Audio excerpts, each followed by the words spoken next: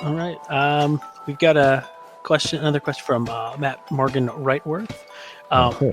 When did you know you would become a professional artist? Oh, is that what I am?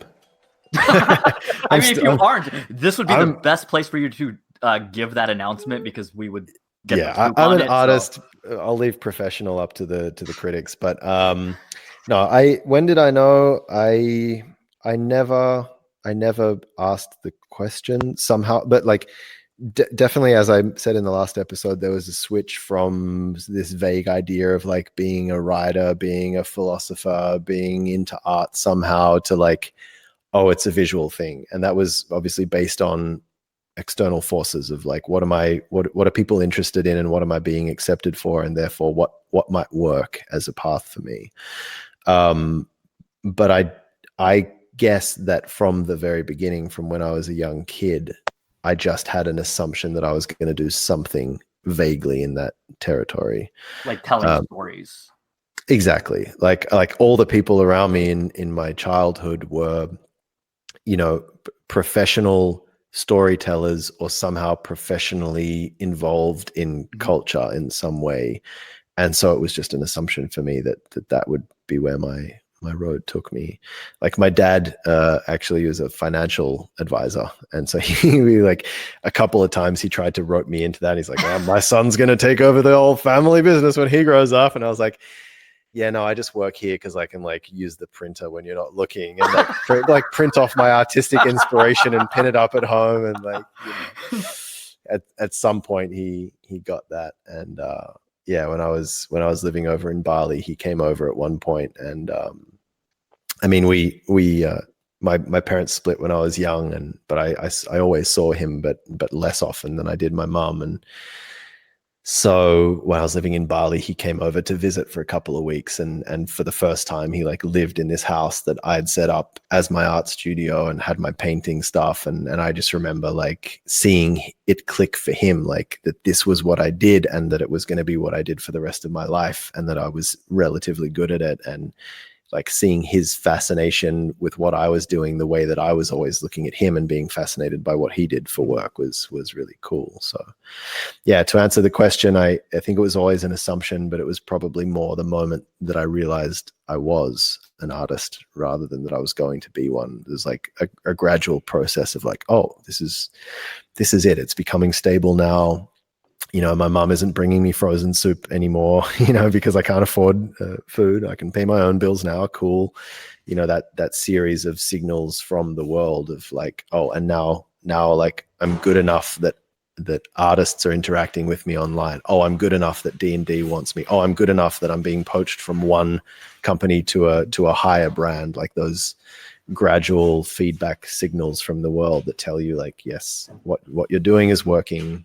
Continue. And then at some point you stop getting that positive feedback, and it's up to you what you want to do, and you have to learn to like set your own standards of acknowledgement from internally of like, what do I need to see in my own work to know myself that I'm on track, that that I fulfill my idea of what it means to be an artist. And that's where I'm at now. It's what my 30s are about. I mean, that assumption that you talked about in the last episode of just, you kind of assume that everybody had that viewpoint of creativity and imagination. So this question, and kind of like you said, it was always an assumption. There wasn't really doubt, because your brain didn't really think of a different world. Like it was just, that's how things are. That's how things are going to be. Now I found my niche, or I found my way that I'm going to tell these stories. Yeah. But doesn't everybody tell stories? And I mean, it's not like I thought everyone was an artist, obviously but the other difference, I guess, is that in Australia, there's not quite the same professional competitive thing in the arts, because like for a number of reasons, but one of the main ones being that art school isn't this incredibly hideously expensive debt that hangs over you for 20 years like it can be in the US. And there's not this ultra competitive thing of like, okay, I want to work for Magic, I have to get my portfolio ready, and then I have to go to Comic-Con and I have to get that time in front of an art director. Like we just don't have those opportunities, and therefore we're a bit naive, and we grow up with it. I mean, probably not now, but when I grew up without the internet, definitely. So it was a bit of a like, I bumbled my way into it, you know, and I think that if I was the same age and grew up in the US, I probably would have had a lot more of a fire under my ass and a lot more fear and a lot more, you know, anxiety about getting that work because I was surrounded by other people that were hustling to do it, you know. So yeah, I lucked into it, and at the same time, I think that it was my naive confidence and enthusiasm that probably got me in the door, because I was the one that, you know, turned up to an art workshop in Massachusetts barefoot coming out of the jungle of Bali, like, oh, hey guys, what's up? Oh, magic, that's cool. I'd like to do some magic cards. And he's like, who is this guy? Like, who's this dripping in prayer beads and rings and jewelry and wearing a sarong? Like, yeah, we'll take him. He's weird. You know, I think if I'd turned up trying to get the job, I probably would have stuffed it up, you know. Yeah. So our next question comes again from @Wobbles, which is a very interesting question, I think, from seeing the art world versus the play world that we've talked about, that intersect between the fact that this is still a game. There is a commercial aspect to it. Yeah. And he kind of asks, do you prefer illustrating a card that isn't powerful but has an interesting art description, or a powerful card that has more prescribed directions? And that's, I understand it's kind of I mean, if somebody who doesn't play the game a ton, that might be a very difficult thing to answer, in the sense that you don't, I guess, know what the card is going to be at the end. But I do think that that's the interesting, like the obvious answer is, well, I'm just an artist, so I want the interesting art direction. But okay, what is interesting art direction? Like, you know, in a game where literally everything is meant to be a cool image, all of the briefs are cool. You know, they're all equally visually meant to be. I mean, it's up to you to make them all equally visually impressive and do the best painting you've ever done, if possible. So what is interesting art direction? Well, it could actually be a reprint of a powerful card and being like, oh, now I have something to latch onto here. Like now I have some expectations to live up to. I have a bit of history behind this card. So, you know, maybe it's more important that it's a card with an identity in the game rather than its literal card power, which, you know, probably the only reason that's going to matter to me is, you know, if it's a card that's likely to do well in terms of selling the original painting. Yep. But or playmats and exactly. Really... But unless it's a reprint, I'm not going to know that. So, you know, and I'm not a predominantly character artist, so I guess I would know if it was going to be an angel or a planeswalker or something like that. But I mean, that was the one thing I was thinking. You know, if you get a planeswalker, you at least have the idea that it's probably going to be meant to be powerful. Now, whether how much play it'll see is a very different question. Right. But getting like Freyalise, you have a history as element, and you know that there's more of a prescribed, probably direction, and you're getting to do a creature that, or a character that we haven't seen fully. Yeah. So I would say that my two favorite scenarios are getting a genuinely interesting, different art brief that surprises me. That is, you know, which is that stuff we talked about before, like something weird and abstract, or something like really central to the mythology of the game, where they're happy for me to play on the edges of what's possible in Magic, or something with a really tight expectation and like, really, how can I speak to the history of this thing and do a good job and make it rewarding for the players. Sorry, but you did leave off your third prompt that you would love to get, which is legendary or planeswalker goblin of some right sort. Yeah, exactly. Oh, that's part of the 60-foot oil painting in the castle. Okay, good. I was going to say central figure, because I mean, it's just, I think your talent's being wasted. I see you as probably a goblin artist that hasn't had that opportunity. As long as you don't see me as a goblin, I guess. Well, I mean, we see everybody as goblins. Yeah. Actually, you know, goblins in a weird way were kind of probably, if I had to look at the very first most influential pop culture or entertainment thing that influenced me, the first and second movies that I ever saw were The Dark Crystal and The Labyrinth. And The Labyrinth was like all time, like I dreamt about that for 10 years, you know? So yeah, actually they've just announced a Dark Crystal Netflix. Yep. And I actually worked on like, I don't know, 10 years ago, I worked on what was going to be a follow-up film. And I believe from watching the trailer that they must have gotten that work that I did for that and fed it into the Netflix guys, because there's a couple of moments in that trailer that speak pretty clearly to the work that I did. So I'm excited about showing that. I think it's like late August it comes out. Yeah, and I'll be able to upload that art. That's awesome. I mean, yeah. So okay, well then we know that there's some goblins. So goblins are in there somewhere. Yeah, they're on their way. They're on their way. So Wizards, if you're listening, Planeswalker, and let us, preview it. We're just saying. Is there a Planeswalker Goblin? Not yet. There is. Is there? Ready? The Ready is a Planeswalker Goblin. All right. I mean, I think I have enough clout to actually send them an email and be like, wink, wink, nudge, nudge. If this comes up, let me know. I mean, okay. We would love it. Yeah. So we've already been pushing lately. I mean, our joke is that we're pushing for better representation of goblins in Magic. So. Nice. Yeah. All right. So we get another question here. At Vorthos Mike asks, you can paint traditional art, non-digital, and do so. So where are all of your work? Prove it, buddy. Get it out on the market here. Yeah, I mean, this is something I spoke a little bit to before about the nature of the personal work that I'm doing. This boundary with going into spaces that don't allow photography, and my work is dealing with these questions of privacy and what do you show. So lately, a big part of that is I've just done a big body of work in these private spaces. I don't want to plaster that all over Instagram, which would be the antithesis of the thing that created that culture in the first place. So I'm still figuring out what I do with that. Like, do I just respectfully show that body of work as a body of work rather than like spamming it all over Instagram over time? Do I not share it online, but I publish it and I maybe promote that it's been published on social media, but keep the experience private to that publication? Or like, even do I just keep it for a local audience? Like that would be hard for me to do because I'm excited to get it out, but there's a part of me that's like, maybe it's just meant to stay with the audience that was a part of its creation. That's one answer for now. The other answer would be that, it's always been a process of balancing Magic with personal work. And so I do, at least in certain periods when I've been more interested in social media than others, I have shared a lot of personal work.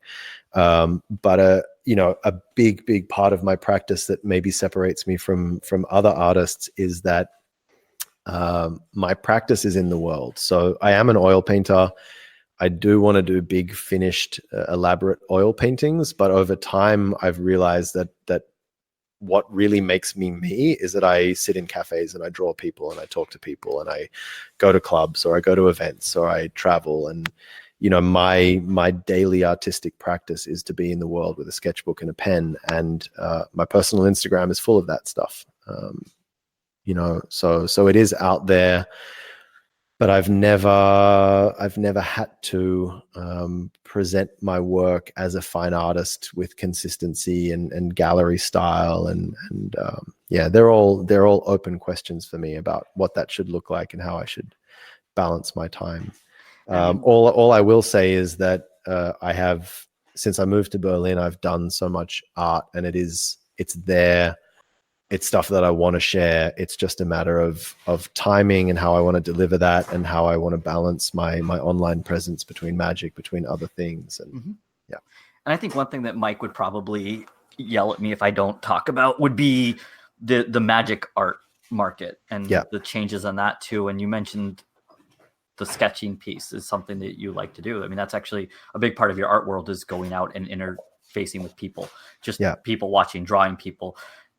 It almost sounds like kind of that concept art world where you're kind of getting those initial ideas down. I mean, I'm thinking of when we get a style guide from like Wayne Reynolds that we've seen stuff from, where he kind of gives the representations. Mike would want to know, do you have things like sketches from your Magic stuff that is stuff that you would put out there, or that you would look at making available at this point where there is a market for it? and a changing market. Yeah, I definitely now that I'm so aware of it, I'm more conscientious about making that part of my process. I didn't always. I certainly I mean, I did it a lot of the time, but I didn't usually keep them. Or, you know, actually for the most part, the sketches that I have, maybe 50%, are done in my very personal journal, and they're like on the back of a page. Oh yeah. You know, it's like my naked self-portrait in the mirror with my, you know, Kaladesh thumbnails on the back. Like, I don't really know if that's available so much. So yeah, like, as I said, I'm going to bring over what I have. It's very incomplete and patchy coverage. And, you know, that's just the best that I can do. Like, my creative life is super busy, and I also don't want to promise, you know, going forward that I'm going to continue doing the oil paintings and sketches. Like, I really don't know how I want to manage that balance of time. But it's an interesting question when you talk about the commercialization piece, or knowing that just, you have passionate art fans in this gaming world that want this stuff. And I know personally, I don't want to see you change your process for that sake. I mean, and I think most artists are going to say that, even though there may be a market for doing that. And that's a whole other discussion. But your authentic self also has elements of these sketches and these oils and these drawings that you have. And I know that we have a passionate market that would love to have those in their hands, that would love to be displaying that. Which is a very powerful thing. Like, I'm using it to help me. Like, okay, what part of this really interests me and is going to feed back into my personal work and give me good training. And like, I don't know, a lot of people ask me for playmats, and I'm like, yeah, like it's actually probably the easiest thing for me to do, and even to put in someone else's hands. But I just haven't gotten around to it because it's not something that really relates in any way to the rest of what I do. Whereas, you know, oil painted color studies, like, I've never done those before. I've never felt the need to do a color study before I did a painting, but I've never oil painted on a tight timeline like this into a brief. Like, I'm so used to that flexibility of the digital process. And now I'm like doing the color studies, like, oh, this is super important. Like, I get why these things exist. So I'm really happy to have those out there. And, you know, way back in the day when I was getting some advice from a friend on the fine art world, he was like, you know, you have to respect that there are going to be people at all different levels that want to buy into you and your journey and this story that you're on, and like, you as an artist, and you have to give someone at every level the opportunity to join you on that journey, from free all the way up to like the mega collector who wants the one-off best painting that you've ever done, you know, and there's big holes in that spectrum between, you know, a white back sketch and or a proof sketch and a 36-inch oil painting, you know. So I will navigate that and be creative about cool stuff that maybe no one's done before, and stuff that fans will get a real kick out of. Up to the point where it doesn't serve anything other than an economic purpose, in which case I would drop it. That doesn't really interest me. So we have stuff coming. You're making a promise right here. I'm making super vague promises that I can go back on if I want to. Like, oh, I offered something really interesting. You guys just didn't see it. No, I mean, definitely like right here in the studio now, I know I have like a good 20, 30 things that I'm waiting to be able to put out there. So yeah, it's on the way. We'll be looking. We'll be looking. It's in the pipeline. We'll get to it and you know, and just like, I mean, not to be hyperbolous, but you know, the amount of support from this community, like, it's humbling, and it's even embarrassing at some point to be supported, not just by a company that has a profit incentive in this, but by people that just do it for the love of it. And like, you know, everything from a signature through to someone that buys a painting is like equally, for me, humbling. And I take that support that people offer with maximum gratitude, really, like in every way possible. Even the people that just, there are some people that just want it because of their love for the game, and their interest in the art is kind of tangential. But even that, like, I feel it as, man, like, thank you for being even just interested enough in the game to reach out to me and to ask for a signature or a sketch or something like that. So yeah, it's kind of a crazy ride to be on, to be a part of this Magic world. So our next mailbag question actually comes from let's see, at Hobbs Q on Twitter, and he wants to know, yeah, we have to include all the fans. He wants to know, have you heard of Vintage Artists Constructed? Yeah, only because of a guy named Mike, actually. some scrub, some guy.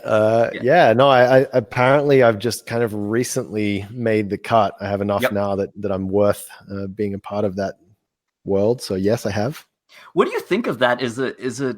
I mean, I'm just interested. I mean, you like you said, there is this idea. There are those of these people like Hobbs Q out there that look when a set comes out and wants to know, what has this artist done? Does this push them into a new realm? Looking at a card from that evaluation of, does this go with somebody who has, there are artists out there that have hundreds of pieces and we can't build a deck around them because they're missing lands. Right. Or we have people that have been kind of like you and Titus for a while, that we had all the lands in the mana base, but how did we win a game? Right. Yeah. I mean, it's really fun. Like when I think about like the turning a Vintage Artist Constructed match into like an animated Magic feature film, I see like the scene from The Simpsons where Bart and Lisa have like saucepans on their head and they're like they're like battling each other. Like, we'd be the most loser planeswalkers ever. Like, two artists battle off in the multiverse. Like, how do I hold this sword?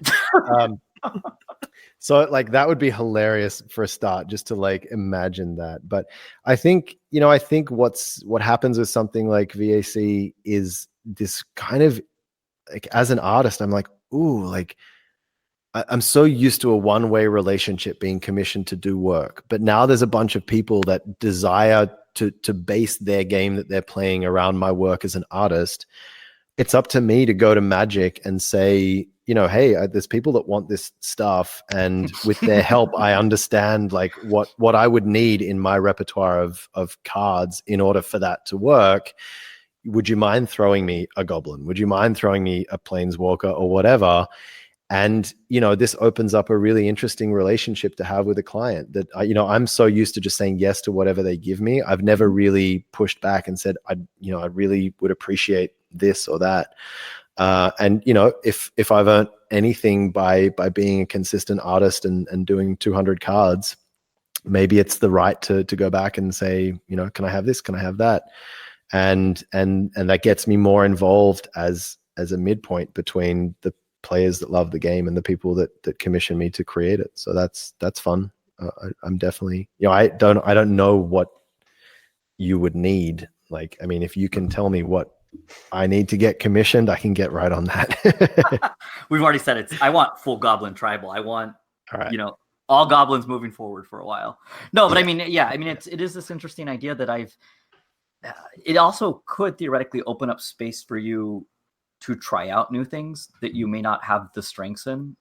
So if you're not somebody that's used to doing characters or specific creatures, but that could be beneficial to this world, or also it could impact your learning as an artist. Yeah, definitely. At Morgan Wrightworth asks, do you have any tips for getting better at art? How did you do so? Well, there's going to be a million answers to this question out there already that are obvious. So what's different? What's different about what I did? I think I would answer that question by where do artists go wrong? Like, what's missing? What stops you from being an artist, or what stops you from being a great artist? And I think, not that I am one, but I'm certainly trying to go in that direction. I think the worst thing that you can do is to allow your practice as an art maker to disconnect you from the world that inspired you to make that art in the first place. So the short-term view of how do I get better as an artist is obvious. Like, you practice, you get critique, you work hard. Same way you get good at anything. What you don't want to neglect is the long-term thing of like, how am I going to carry this through a lifetime, through 60 years of art making? What do I need to hold on to? What's precious? What's really me? What's driving me underneath all of this? So my advice would be to think about your art making practice, like to kind of pull back from that, zoom back from that, and ask not, who do I want to work for? What game do I want to, how do I become a concept artist? But like, how do I want to spend my days? Do I want to be inside on a computer 10 hours a day, 7 days a week to make a film? Do I want to be outside? And maybe the answer is yes. Like, I say that and it sounds like I'm dissing it, but maybe the answer is yes. Maybe I want to be a part of a team. Maybe I want to be on my own. Maybe I want to paint in my underwear. Maybe what's most important to me is spending time with my kids because I want to have a family. Maybe it's being out in nature and constructing an art practice and a lifestyle that's going to keep you inspired and happy. For me, that's I always want my work to be happening out in the world. So I'm going to structure my life so that I can afford to travel. I'm going to buy gear that keeps me mobile, as much as I would love to have a big fat tower with neon lights and, whatever. Like, I'm going to stick with a laptop or an iPad Pro, and finding that synergy between the art you make and the life that you live. And most importantly, always trying to create art from some kind of experience that you've had, which can be an external experience, a memory of a time in nature or travel or whatever, or it can be the memory of a dream, or it can be something that relates to a real feeling that you have from your life. But to not let your art kind of drift away into, you can get very good at knowing what other people want and what other people are going to see when they look at your image, and you can start to create for them. And it's much more difficult to always continue to create for yourself with an understanding of how that's going to come across to someone else, and to balance that. Like, this is for me, this is what I believe in doing, but I'm also skillful enough to make sure that it makes sense to someone else, and it's fun for someone else to look at. So yeah, that would be my advice. And to keep a sketchbook, like to keep a journal, to not just use that sketchbook for practice or for push-ups or for showing off, but to keep it as a real record of yourself. Because 10 or 20 years from now, the most valuable artistic thing that you're going to have is your body of work. And to look back through those journals and be like, right, like, I was having this thought 10 years ago. This is part of who I am, or look how my mind has changed from this way that I used to think to now. Like, those are the precious things, not the like 50-hour drawing of a dragon that you did in your sketchbook 10 years ago that was just for practice. Unless dragons are like a deep part of your soul. Yeah, and they should be. Yeah, and they should be. But yeah. I mean, you're really describing kind of a value-driven life. So coming in from my area, that's the field that I kind of do, is working with people who have had that, where their life has been interrupted. They're not really the idea of purpose and meaning.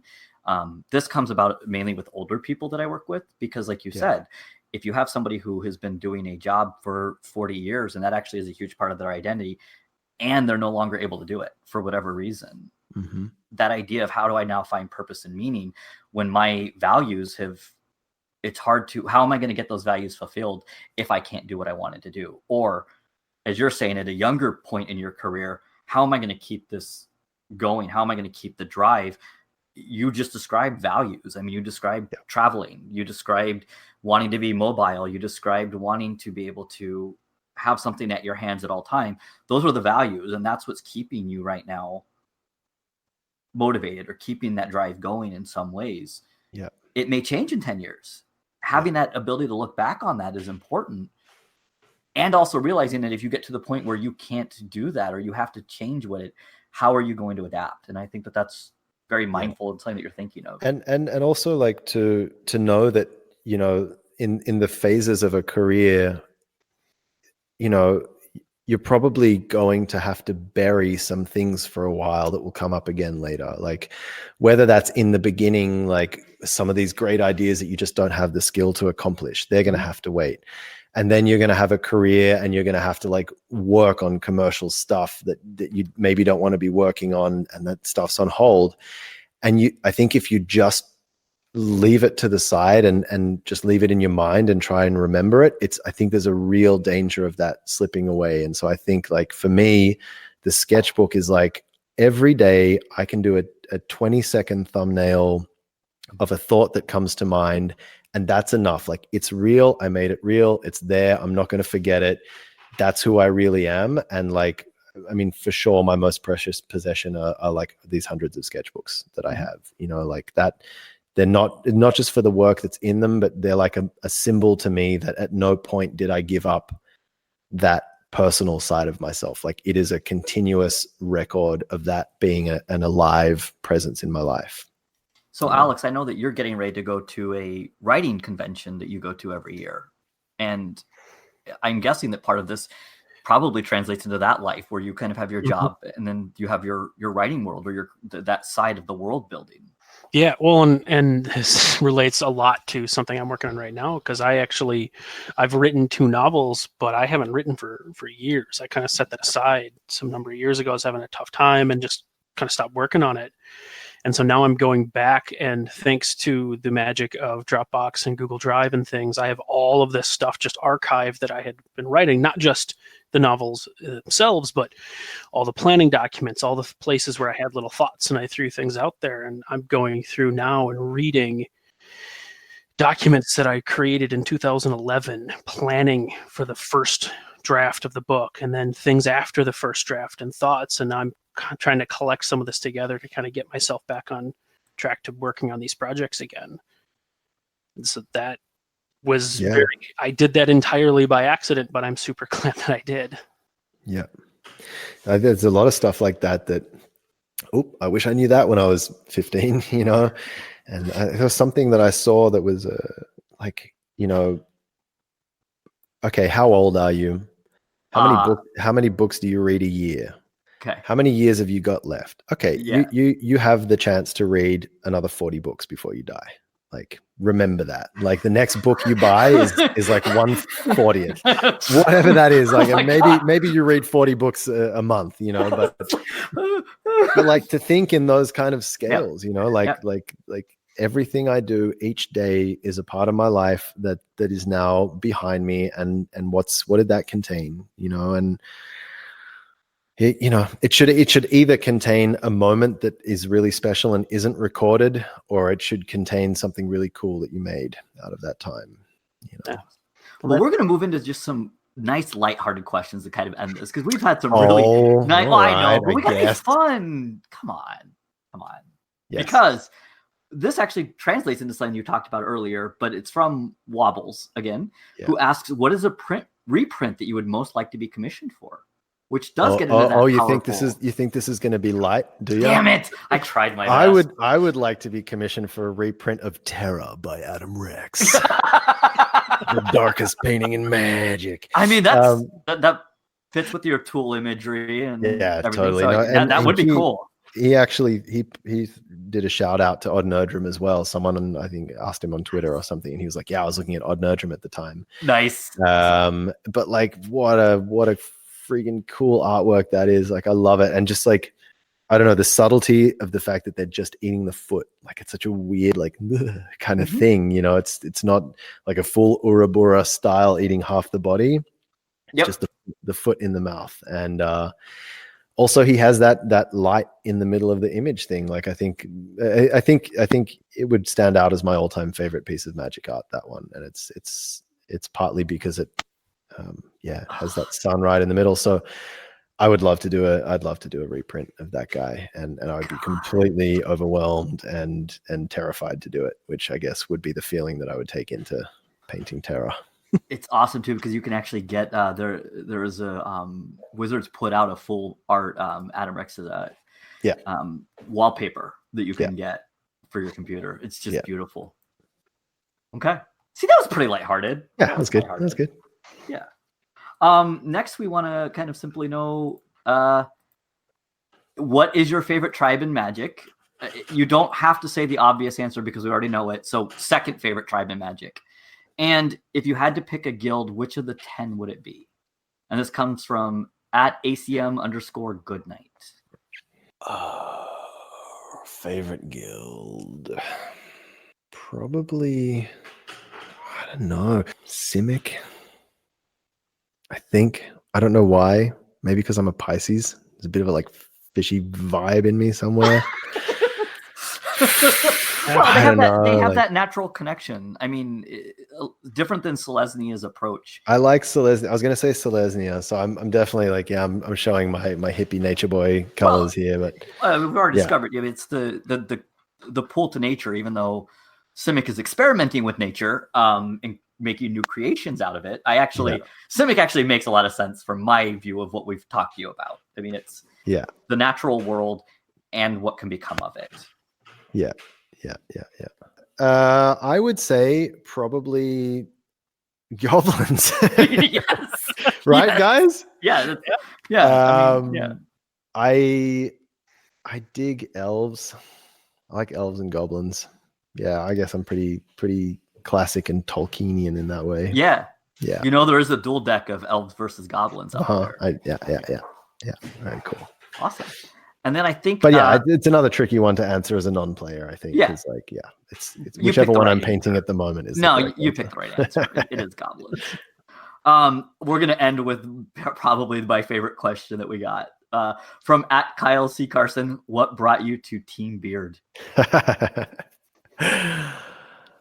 Little known fact: I have never shaved my beard.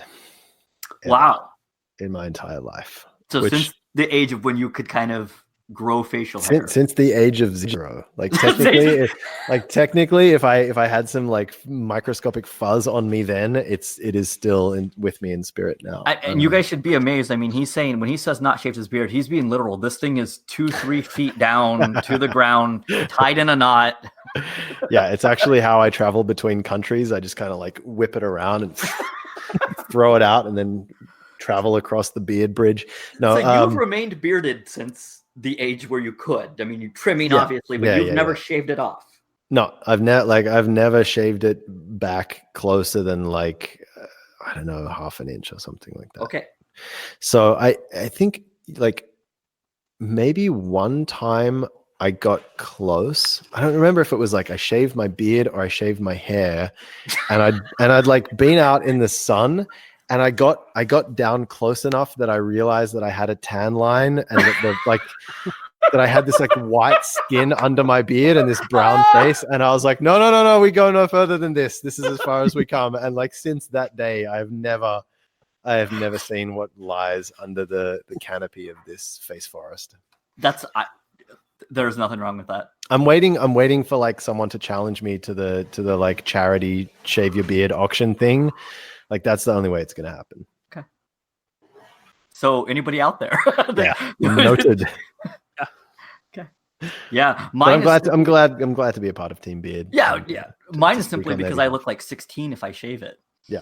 And I'm terrified that I. No, I'm terrified of that. Like I'm more excited now that I have some gray in it. Actually, I'm like, yeah. You veterans can trust me. I've seen some things. You know, I've been around. I really had people even when it was. With a beard, when I was doing my doctorate, I'm like 35, and they were like, "Well, you don't know anything. You're like 26." I'm like, "That's like 10 years younger." That's yeah. No, I have like a really weird lack of awareness about myself. Like, beard is the kind of thing. It comes back to that. Like, I assume everyone's got an imagination, right? Like, everybody has a beard. Like I don't even notice that I'm a bearded man until someone points it out to me. I'm like, this whole thing. I don't know that I'm tall until I'm like at a music festival and someone's like, man, you're really tall. I'm like, really? I turn around, they're like 4-foot dude behind me is like, yeah, you're pretty tall. Can you get out of the way so I can see the stage? Like, yeah. So I guess how tall are you? Oh, I'm like 6 and a bit. Okay. Not like ridiculously tall, but especially not now that I'm in Germany. But so I'm 5'4". I am a short man, and I think there was a time when I was at a Pro Tour event in San Diego, and was standing next to like Trick, Matt Tabak, and like Marshall or somebody, and I was just like, this is the shortest I have ever felt in my entire life. Like, but you were the unique one in that situation, right? Like you became the special one by default. I mean, I'm always the special one, but but I mean, yes, but it is this very weird thing. I'm guys that are literally a foot taller than me, and I'm just standing there. I'm like, can we get a photo? Like, how do I get in this? Me and 3 guys' nipples. Yeah. Well, Adam, once again, thank you for taking this massive amount of time. We just cannot thank you enough for taking your day, starting at midday for you. Us, this is the best way I could have started a day off that I still got up early. Yeah. That's a compliment. Yes, it is. Yeah. Once again, we want to plug that Adam has his Instagram. He has both a personal one and an MTG one. And I think you were saying when we did the last recording, that personal one is something that is actually something that you would love to see more people from Magic get to discover and see. Definitely. Yeah, no, I link both ways, and it's important that my friends and followers that like my fine art also know that I have this day job for Magic, and I'm proud of what I do there. And likewise, the people that know my Magic work, I would love them to see a bit of what I do in my personal time. It's really important that both of those audiences cross over for me. So appreciate a follow on the personal stuff too. Definitely. Any last words, anything offensive that you want to say that'll get us not listened to again? I mean, anything that you want to end with?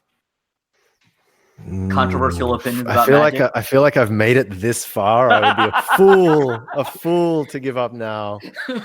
Thanks for doing it, and glad to be a part of it and support this new and delightfully engaging podcast content. Wow. Joe, when you get home, you're cutting all of these and just one file that we can use in the future. I'm happy. If you just want me to do like one-liners, we can like arrange a follow-up time for me to do this into the microphone. Happy to do it. That's our show. You can find the podcast at Goblin Lore Pod on Twitter, or email any questions, comments, or concerns to goblinlorepodcast@gmail.com.